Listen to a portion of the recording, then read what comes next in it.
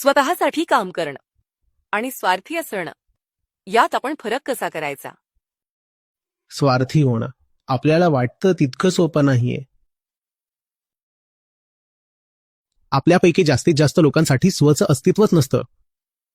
आपण जसे आहोत त्यात स्वतःचं असं काय आहे? स्व म्हणजे मी, आतलं कोणीतरी शुद्ध आणि खरंखुरं, बरोबर ना? कुठे आहे ते? मला दाखवा बघू. तुमचे विचार तुमचे स्वतःचे आहेत का? नाही, ते तुमच्यासोबतच्या लोकांच्या विचारांसारखेच आहेत.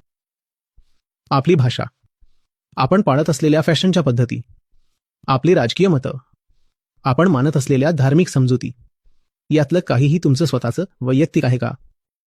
कुठे आहे स्वचं अस्तित्व? ज्या सामाजिक संस्थांमध्ये आपण राहतो, आयुष्यभर आपण ज्या भूमिका निभावतो त्या खऱ्या आहेत का, की आपण त्या कुठून तरी उसन्या किंवा उधार घेतल्या आहेत? मला सांगा बरं. मग आपलं स्वतःचं असं काय उरलं? मग तुम्ही स्वार्थी कसे होऊ शकता? पण स्वार्थी होण्यासाठी सगळ्यात आधी तुम्हाला स्वतःला ओळखावं लागेल. ज्याला तुम्ही स्वतःचं म्हणता ती खरं तर उसने घेतलेली गोष्ट आहे. तुमचे विचार, तुमची मतं, तुमची ध्येय, तुमची भीती, तुमच्या आशा, हे सगळं उसने घेतलेलं आहे. तुमचं असं खरं काहीच नाहीये. तुम्ही खूप सहज स्वतःला स्वार्थी म्हणून दोष देता. खरं तर तुम्ही स्वतःचे लाड पुरवताय, स्वतःची स्तुती करताय. तुमचं स्वतःचं असं काही अस्तित्वच नाहीये. मग तुम्ही स्वार्थी कसे असू शकता? कोणीही स्वार्थी नसतं.